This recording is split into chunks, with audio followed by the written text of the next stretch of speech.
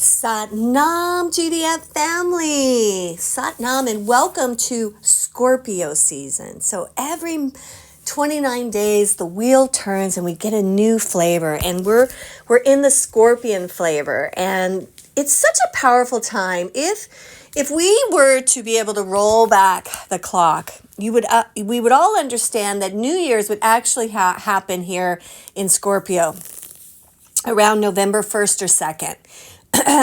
It's also when we have the Halloween, the energy of Samhain, the energy of the Day of the Dead. So there is this deep part of Scorpio that ushers us up to the veil. And the reason it's the new year, it's very much, Scorpio provides the deep look at where we've been in this year. And then it's setting us up for Sagittarius, this bright, optimistic fire.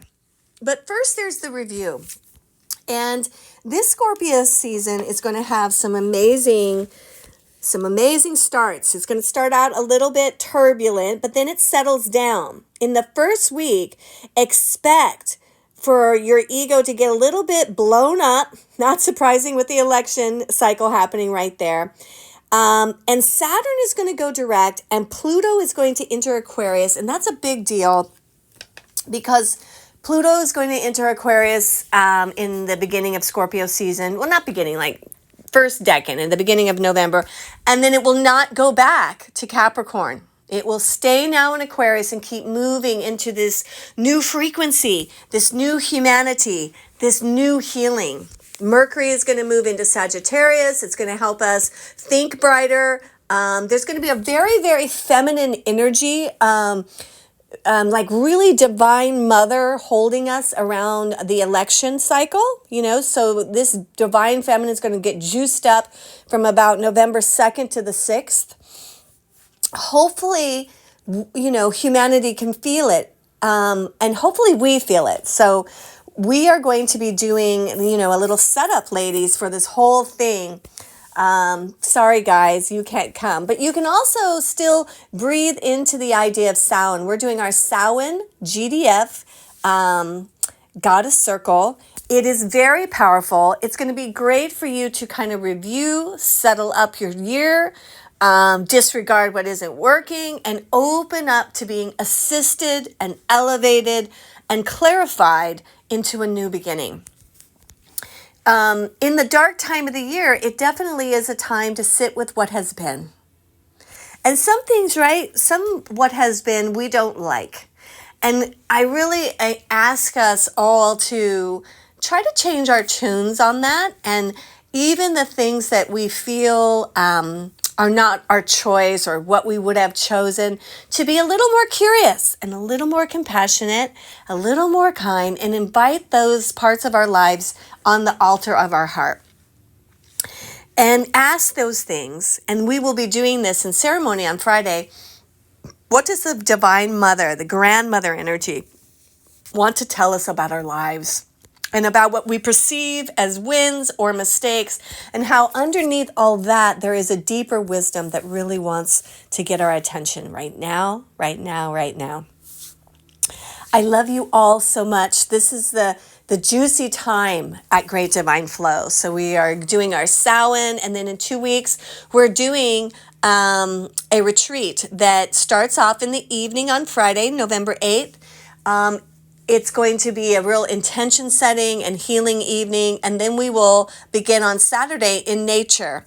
And Susan and I are going to teach that Saturday morning class together.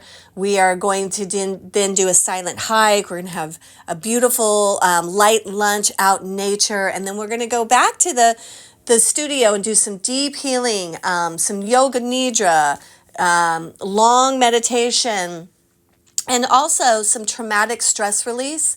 So you're just it's so perfect for this year. It's so like scorpionic, this retreat that's coming up. And, sometimes we can't make it to these things, but sometimes we can, but we're resistant to going deep. So just check out your heart. I think we're all being called to be together, because together we can grow and heal substantially more than what we do on our own. When we're on our own, I love my personal sadhana. I'm sure you do too. But at the same time, I can really make it just the way I want it to be and not really stretch into places where I need to stretch. And sometimes also, we don't know where we need to stretch. And this is where this grandmother scorpion moon season comes in.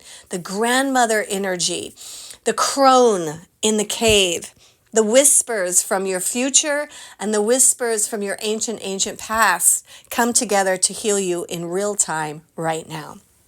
So please join us for all the amazing stuff that's coming up. I will be getting the end of the year stuff up, which will be the winter solstice, the New Year's celebrations, a new sadhana in the new year. We will have a mini sadhana, a 7-day sadhana that will start in the retreat just to give you something to play with. And if it feels good, you can keep doing it until January when we start a new one.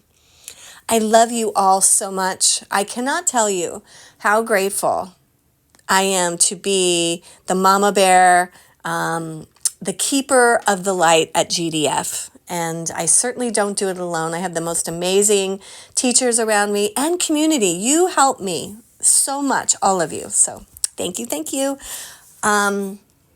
Enjoy this day. Open up to this scorpionic energy. We're at step 1 today. So it's about how can you protect practices in your life that increase the self-love experience. Sat Nam.